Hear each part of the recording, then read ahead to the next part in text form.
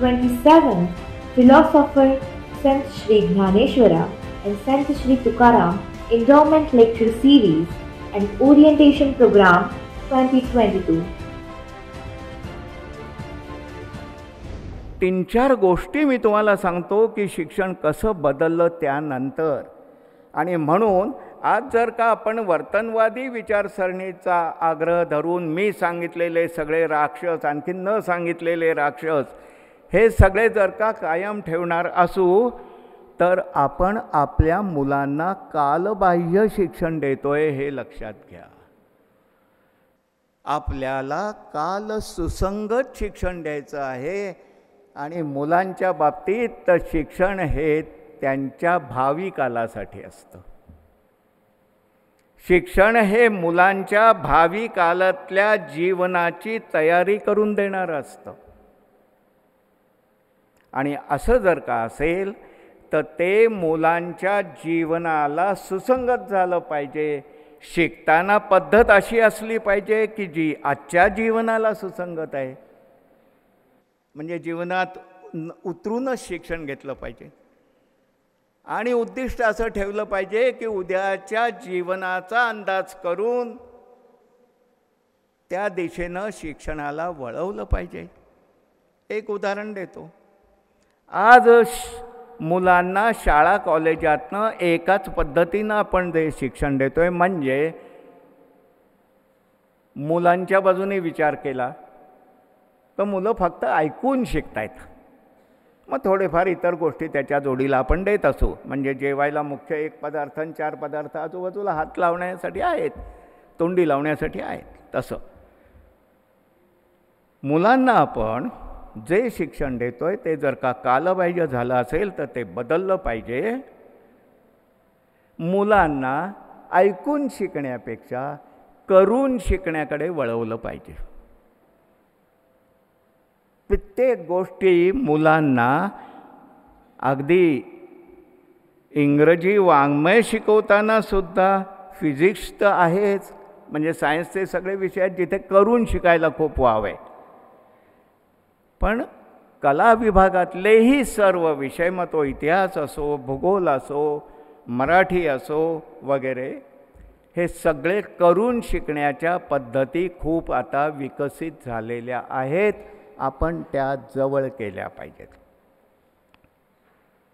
मुलांच्या उद्याच्या जीवनासाठी जर शिक्षण आज आपण देत असू तर त्यांच्या उद्याच्या जीवनाचा अंदाज, कारण उद्या हा नेहमीच अनिश्चित असतो, तरीसुद्धा काही एक अंदाज घेऊन एक गोष्ट आपण ठामपणे करू शकतो.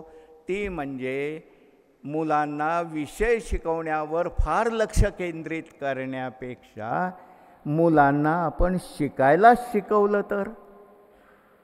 शिकायचं कसं हे शिकू द्या ना. नाहीतरी तुम्ही आम्ही एकदा कॉलेज सोडलं, बाहेर पडलो की आपलं जे काही आयुष्यात पुढे सगळं शिक्षण होतं ते आपलं आपणच करत असतो.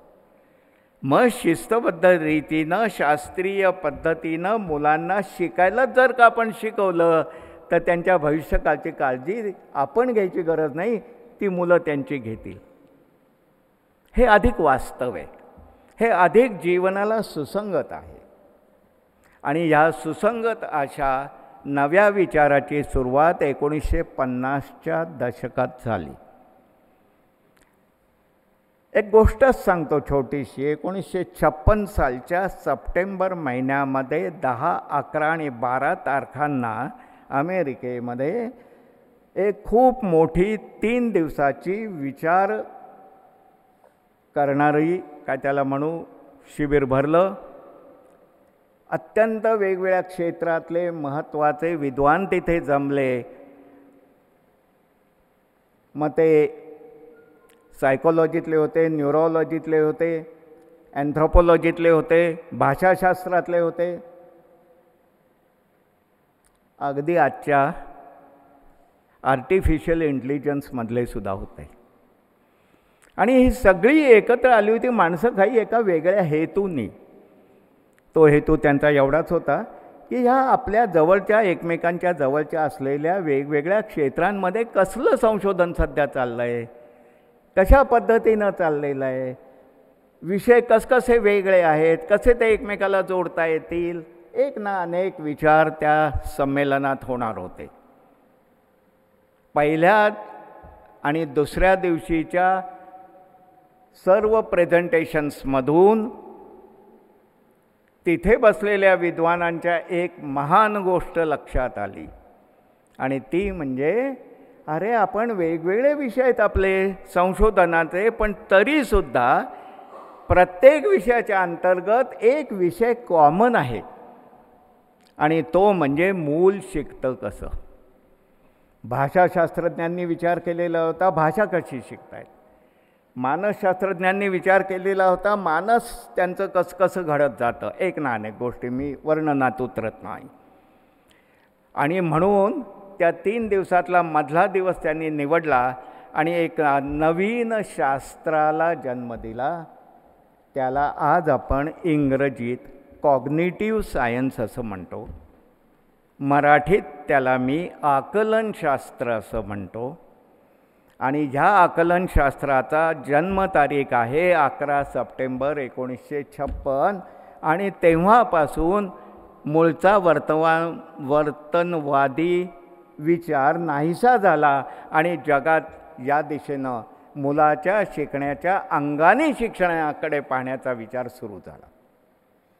आणि हा विचार जो काही सुरू झाला पुढल्या 5 ते 10 वर्षामध्ये 3000 पाश्चात्य विद्यापीठातून कॉग्निटिव्ह सायन्स हा डिग्री आणि PhD पर्यंतचा विषय झाला. आपल्या इथल्या एखाद्या तरी विद्यापीठात हा विषय आहे का याविषयी मला शंका आहे. माझं माहिती कमी असेल, काही कुठेतरी असूही शकेल, परंतु सामान्यतः हा विषय जर का नसेल तर आपल्या शिक्षणात बदल होतोय असं ऐकून उपयोग काय. बदल मला करायचा आहे. मी स्वतः माझं सर्व 40 वर्षाचं काम हे एकाच दिशेनं केलं आहे, ते म्हणजे शालेय काय, कॉलेजचा काय, व्यावसायिक काय, वर्गामधलं शिक्षण कसं बदलायचं. कारण मुलं शिकतात शाळेत, कॉलेजमध्ये म्हणजे कुठे जातात, वर्गात जातात. मान्य तुम्हाला, दिवसभर वर्गात शिकतात ना मुलं. मग त्या वर्गाविषयी कधी आपण विचार केला आहे का? का नको करायला? वर्गातलं वातावरण कसं असलं पाहिजे.